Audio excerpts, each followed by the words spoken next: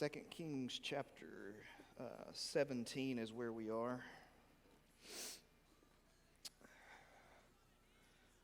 I've got to figure out a better way of transporting all this stuff up here. I feel like I'm dropping it every time I walk up here. So we are at the portion where the 10 northern tribes of Israel have gone into Assyrian captivity. And the narrator of the Kings is giving us an explanation of why that happened, which is something that's not common in the Kings themselves. Usually not just this book, but historical books in particular, many times they don't give you the reasoning. They just expect you to already understand what the law said and therefore to be able to interpret what it is that you're reading in front of you historically. So, in verse 7, he begins this discussion. So we spent some time here, and the main reason was idolatry. He doesn't give every reason, but that was the main reason, the one that, as we talked about, that's kind of the root system. Everything else is just kind of somehow attached into that idolatry becomes the root of all those other things. And so, what we're seeing and what we have seen, we're going to pick up in verse 19 of 2 Kings 17 in just a minute. But what we have seen is that the being of worship, the individual that we worship, will determine our ethics. Okay? It'll determine the way we view the world. It'll determine the way we treat people. It'll determine everything. And so if we change the object of our worship, the being of our worship, our lifestyle is going to follow that same road. You take on the identity of the thing that you worship. And so that's what happened here. When they went into idolatry, they took on that identity. And that led them to do a number of different things, including becoming just false people in general, is how they were described, until verse 18 says, "Therefore the Lord was very angry with Israel and removed them out of his sight," talking about the loss of fellowship, taking them away from the land of Israel and so forth. And it says, "None was left but the tribe of Judah only." All right? So let's begin in 19 then. He's going to make a comment about Judah. "Judah also did not keep the commandments of the Lord their God, but walked in the customs that Israel had introduced. And the Lord rejected all the descendants of Israel and afflicted them and gave them into the hand of plunderers until he had cast them out of his sight." So 19, Judah, which of course as we're studying represents the two southern tribes, the remaining tribes, they did not keep the commandments of the Lord their God. So they're guilty the same way that Israel is guilty. And matter of fact, that's what the rest of Kings will talk about, their decline. Okay, we've already seen everybody rise together as 12 united tribes, and now they've just kind of been on this roller coaster downhill since 1 Kings 12, and everything is just going from bad to worse. The 10 northern tribes have been taken into captivity because there's not been any semblance of faithfulness whatsoever. The tribes of Judah have had some semblances of faithfulness. They've had some good kings, and they've still got some really good kings to come. But they're going to run into a lot of problems. So he mentions Judah here. And we won't take the time to look into it because we've only got a few minutes, hopefully, to finish this chapter out tonight. But I would encourage you to look into Ezekiel 23 along these lines of verse 19, where it talks about, now be prepared for strong language. Ezekiel uses very strong language to describe what he sees. And his whole point being that Judah not only is guilty like Israel, but actually more guilty than Israel. And the reason being was they looked at what Israel did, they saw the consequences of what Israel did, and they went ahead and they did the same thing. Okay? God had already been very plain and clear about what was going to happen, but then when you watch a brother nation go and do the exact same thing, and you see them get taken into captivity, and then you go right ahead and you do the exact same thing. That's just a special brand of boldness in your sinfulness, to think that somehow you can do the same thing that these people did and come to a different result. People do it all the time, right? You can, I mean, we can look at people and we can see how their life fell apart doing something, and somehow we feel like, well, they just didn't understand something. They just missed a few things, and that's why their life really fell apart. But I'm going to go over here, I'm going to do the exact same thing, but I'm going to expect a different result. That's insanity. It's straight insanity. And we're all guilty of it. But it's, who was it, Einstein, that said the definition of insanity is doing the same thing over and over again and expecting a different result? I mean, there are certain laws that are just in place. You do them, here it is. And so Judah is going to fall into that issue. And so they are mentioned briefly, in verse 19. And then in 20, it returns back to the discussion of Israel. The Lord rejected all the descendants of Israel and afflicted them and gave them into the hand of plunderers. That's a phrase that is very commonly used in the book of Judges, because you have that cycle where they go into oppressions and things along those lines. And so he has cast them out. And then he says in 21, when he had torn Israel from the house of David, they made Jeroboam the son of Nebat king. This is going back now to 1 Kings chapter 12. When he tore Israel, those 10 northern tribes, you remember that was rooted in 1 Kings 11 with Solomon's idolatry. He took it away from him for that reason. They made Jeroboam the son of Nebat king. And Jeroboam drove Israel from following the Lord and made them commit great sin. What was the great sin that they committed? What was Jeroboam's great sin? It's what every king has been judged by in the north.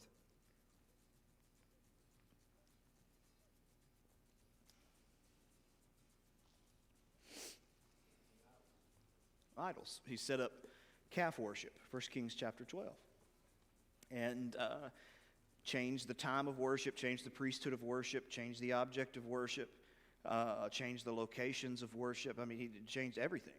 Really changed their entire allegiance. As a matter of fact, you don't have to turn there. I'll just read it very quickly. There's something I want to draw out of what's being said. When he sets all of this up, he makes a statement that's very important.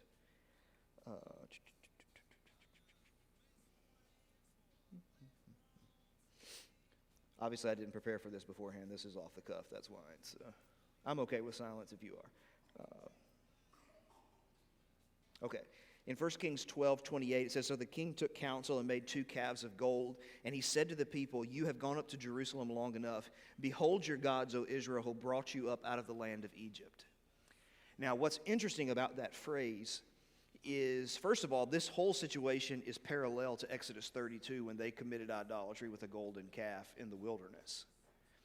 And the same words are used here, behold your gods, O Israel, who brought you up out of the land of Egypt. Okay? And so it's not just about rejecting a God, it's also about rejecting God's redemption and changing allegiance.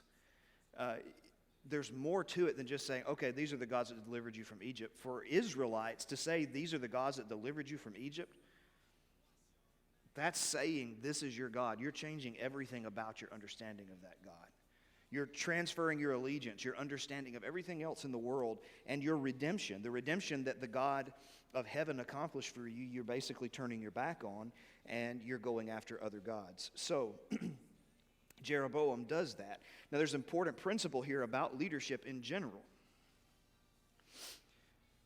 One person can make decisions and enact policies or whatever you want to put in that particular blank that can send a family, a group of people, a church, whatever you want to put in there. It can send it down. It can start it downhill very quickly, and with successive generations, all it will do is pick up steam. That's all it will do. It will continue to get worse and worse and worse and worse and worse, and that's what Jeroboam did. You kind of have to wonder, if Jeroboam had not started all this idolatry, would this have happened? Would they have continued in idolatry, or would they have even gone back and united themselves with the 2 southern tribes and restored worship to the way it was supposed to be? Well, you don't know, because Jeroboam never offers that opportunity. So the people of Israel, verse 22, walked in all the sins that Jeroboam did. They did not depart from them until the Lord removed Israel out of his sight. And as he had spoken by all his servants, the prophets, so Israel was exiled from their own land to Assyria until this day. Okay, so again, reference to the prophets. It's not like he didn't give them warnings. He gave them 200 years of warnings. and prophet after prophet, some of whom they killed, all of whom they didn't listen to at all. They just had no time for them. So that's their basic reason for going into idolatry, or for going into captivity, is their idolatry. Now, what we're going to see here in the rest of this chapter, 24 through 41. So the Assyrians had this policy, and it was a pretty common policy. The Babylonians who follow them will adopt the same policy. The person who will change the policy is the king that we read about from the Medes and the Persians, who kind of changed things around a little bit. So the policy was this: if you're going to conquer the world, what you need to do is when you conquer a nation, you need to take people, you need to take that nation, the people in that nation, and you need to spread them out everywhere. Okay? Take some of them back to your capital city, take some of them back to other conquered cities. Okay, so you do that with the first one. Then the second one, you do the same thing. You settle them in this place, in this place, in this place, in this place. And with the third place, you grab and you settle. So what is the idea behind that? If you split off all those groups, what are you trying to do? Right. They're less likely to rebel. But you're also creating, you're removing a sense of nationality and pride, because what's going to happen is all of those people are going to intermarry, and there certainly was nothing sinful about that. Not different for the Israelites, but as far as conquered peoples being concerned, there was nothing wrong with that. And so then you basically created this whole new group of people, a whole new ethnicity almost, and therefore you didn't really have to worry about anybody fighting back on you. And so Assyria took, obviously, the Israelites, and they scattered them. And we're going to read that here in just a minute, some of the places they scattered them. But now that Israel belongs to Assyria, the 10 northern tribes do, they're going to bring people from other places, and they're going to scatter them in Israel. Okay? Now, there is significant debate and discussion about exactly what's going on here. So the most common idea, and it's the one that I have not seen anything that would change my mind the other way. I'll put it to you that way. The most common idea is that this is the origin of the Samaritans that you read about in the New Testament. Okay? Again, there are some people, and I've read them, who don't think that this is exactly what that is. At the same time, they don't really show their work either. So it's kind of hard to really rate what they're saying. If they would you can't just say something and then not prove it, okay? So my mind is open to change on that, but I've not seen anything that would change my mind to rethink that. Now, I bring that up because of this, okay? So first of all, you come to the New Testament and you read about Jesus' interactions with Samaritans in John 4, and you say they have no dealings with one another. Why? You come to John 8, and to insult Jesus, they call him a Samaritan. Why?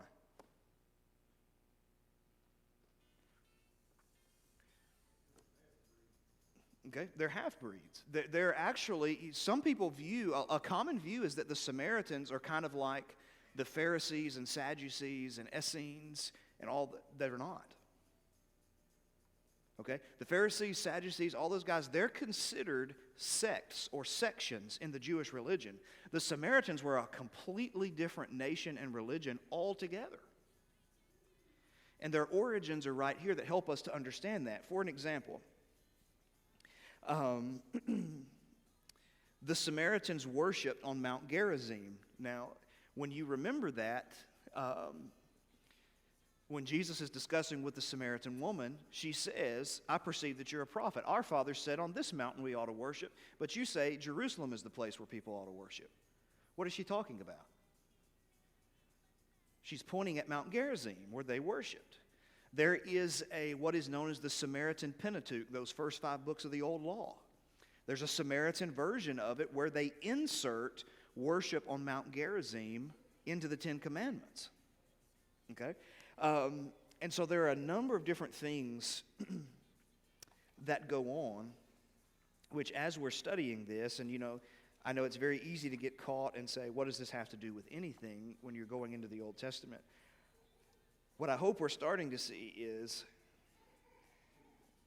that until we understand what's going on in the Old Testament, the New Testament, we're going to be very vulnerable to some big mistakes in understanding what's going on there. Because this is helping us to understand. And I'll go ahead and tell you, when we get to Daniel after Kings, those same thoughts are going to be there. Why are we watching this, and why are we talking about all these different kings and kingdoms? What does this have to do with anything?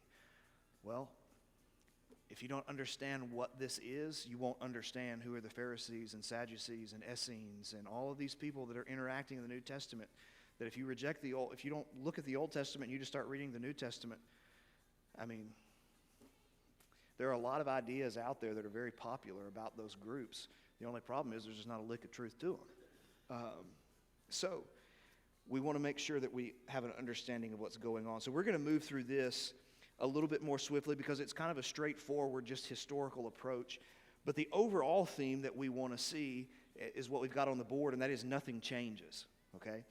The phrase has been repeated 3 times. It will be repeated one more time later, that the people of Israel became like the nations who were before them. They went into idolatry. Israel was supposed to be different. They went into idolatry. The people who come after them, what do? They go into idolatry. It's just a characterization of idolatrous practices. So in verse 24, it says, "And the kings of Assyria brought people from Babylon to Cuthah, to Ava, to Hamath, and to Seraphim, and placed them in the cities of Samaria instead of the people of Israel." So you see these different groups are conquered, and they're being brought into Samaria, which was the capital of the 10 northern tribes, and they're living there.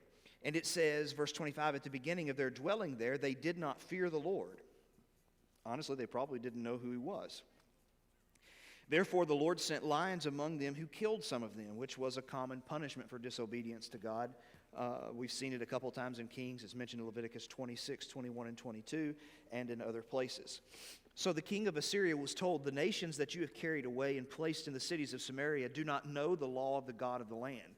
Therefore he sent lions among them, and behold, they are killing them, because they do not know the law of the God of the land. Then the king of Assyria commanded, 'Send there one of the priests whom you carried away from there, and let him go and dwell there and teach them the law of the God of the land.' So one of the priests who had been carried away from Samaria came and lived in Bethel and taught them how they should fear the Lord."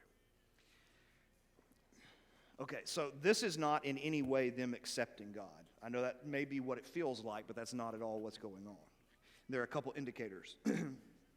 First, what they're doing when it says, "Send somebody back to teach them to fear the God of the land," what they're participating in is what is known as henotheism, okay?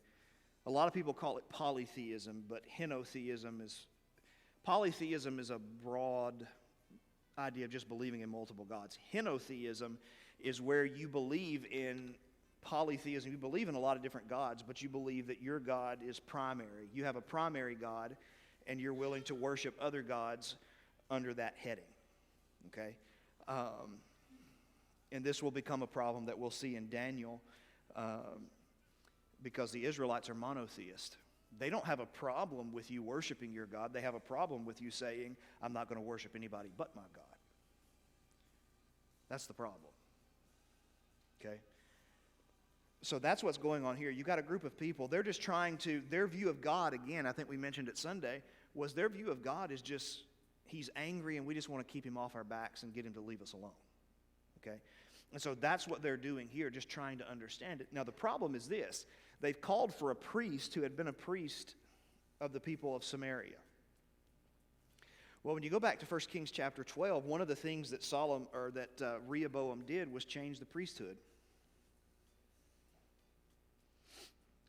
And the system that he would have taught them would have been not the God of Israel, but would have been the idolatry of Jeroboam. So what they're learning is really not what they need to be learning. It's just another branch of idolatry is all it is.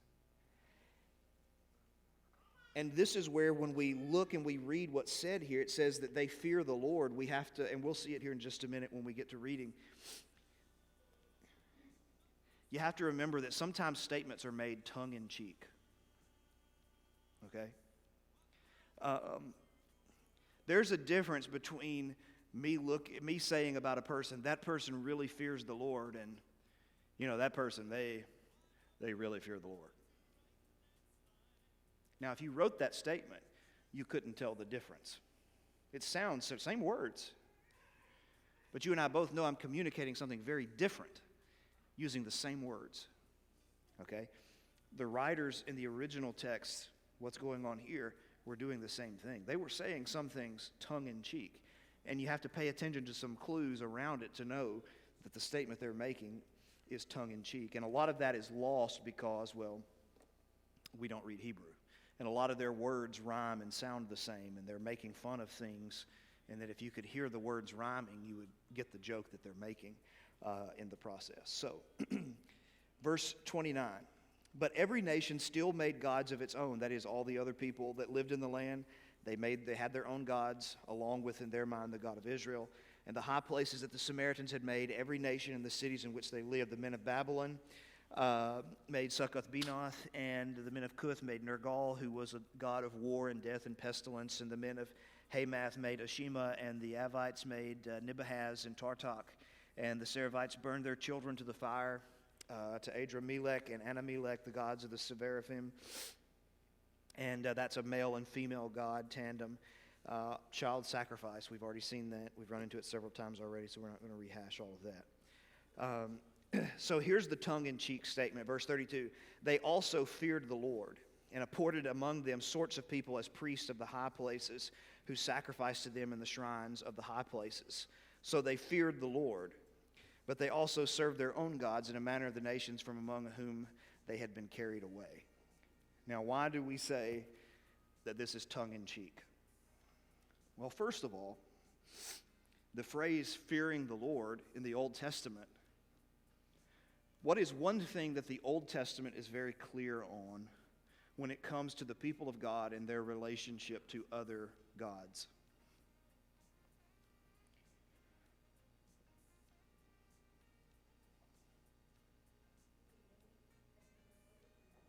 That's it. The demand is very clear. No other gods, period. If you add other gods, you don't really fear God. That's what the prophets say. They were still worshiping sometimes at the temple, but they were also worshiping in the high places and doing all those other things. It's not like, look, God is not some being that's going to say, you know what, just pat me on the head every once in a while and acknowledge me, and I don't really care what you do everywhere else. That's not the way this works. I'm either supreme or I'm not. There's not like a middle ground here. And so, as people who read and understand what the Old Testament has made very clear, that you cannot fear the Lord while worshiping other gods, when the writer is saying they're making all of their idols to their other peoples and they're fearing the Lord, that's what they think they're doing, but they're not at all. And when you read the following statement in 34, he says, to this day, they do according to their former manner. They do not fear the Lord. There's the real assessment of it. In their minds, they fear the Lord. In God's assessment, they don't fear the Lord. And he goes on to then elaborate and said, they do not follow the statutes or the rules or the laws or the commandments which the Lord commanded the children of Jacob, whom he named Israel. The Lord made them a covenant and commanded them, you shall not fear other gods or bow yourselves to them or serve them or sacrifice to them, but you shall fear the Lord, who brought you out of the land of Egypt with great power and with an outstretched arm. You shall bow yourselves to him, and to him you shall sacrifice. And the statutes and the rules and the law and the commandment that he wrote for you, you shall always be careful to do, and you shall not fear other gods. And you shall not forget the covenant that I made with you. You shall not fear other gods, but you shall fear the Lord your God, and he will deliver you out of the hand of all your enemies. However, they would not listen, but did according to their former manner.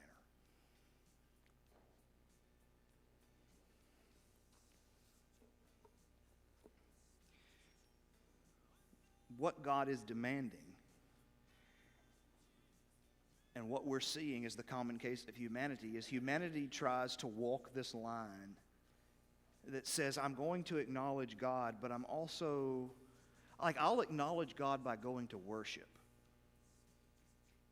But I'm not really going to acknowledge Him any other time.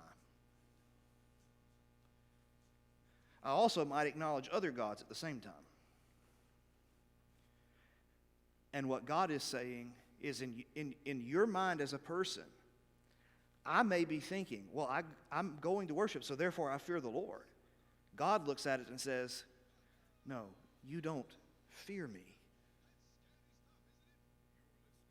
You treat me just like all these other lesser beings and conceived deities that other people have, where you're partially committed to who I am.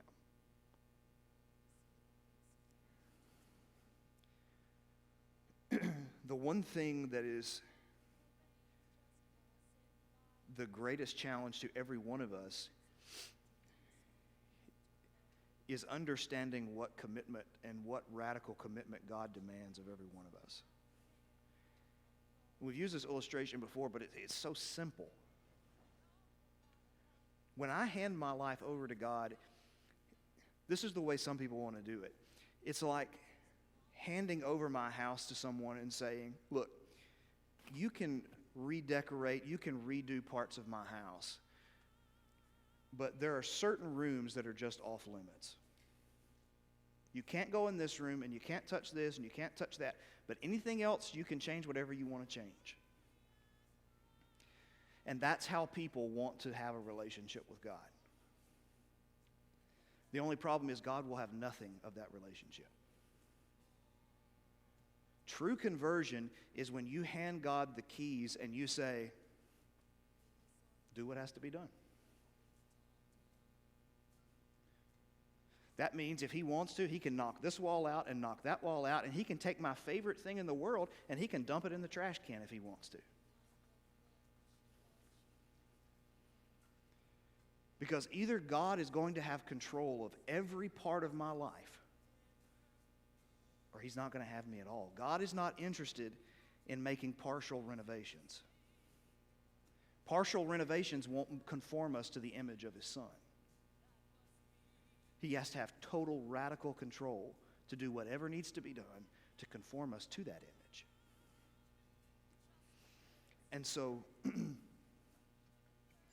what you've got were people who said, yeah, we'll kind of nod in your direction and acknowledge you, but it's not ever going to be an exclusive thing where, it's kind of like the old bachelor that says, I'm just not looking to settle down.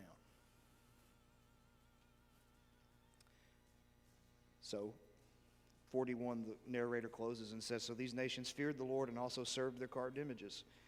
Their children did likewise, and their children's children, as their fathers did, so they do to this day.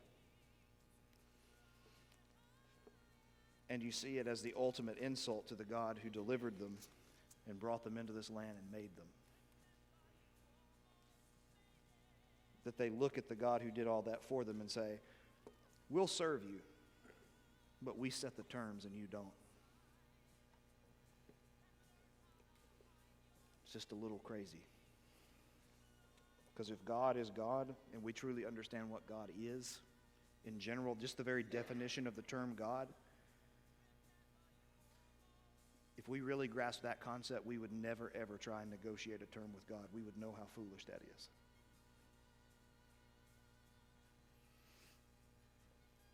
So that's the challenge for us. We got to pay attention and see if there are idols that we're entertaining, and they're not the ones that we fall down in front of and do all these different things. And I know the bell rang. I'm going to grab you on this one, though. So I remember reading a book where a guy was talking about how he'd been to India on a mission trip, and he was talking about their idolatry. They're very idolatrous people, a lot of different idols. And when you go in their houses, their living rooms are basically arranged where the idol sits central. And he said, I thought, how foolish. He said, I got home after a long trip, took a shower, went and sat down in my recliner, and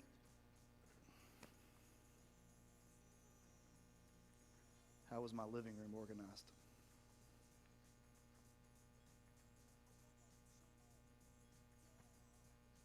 my TV.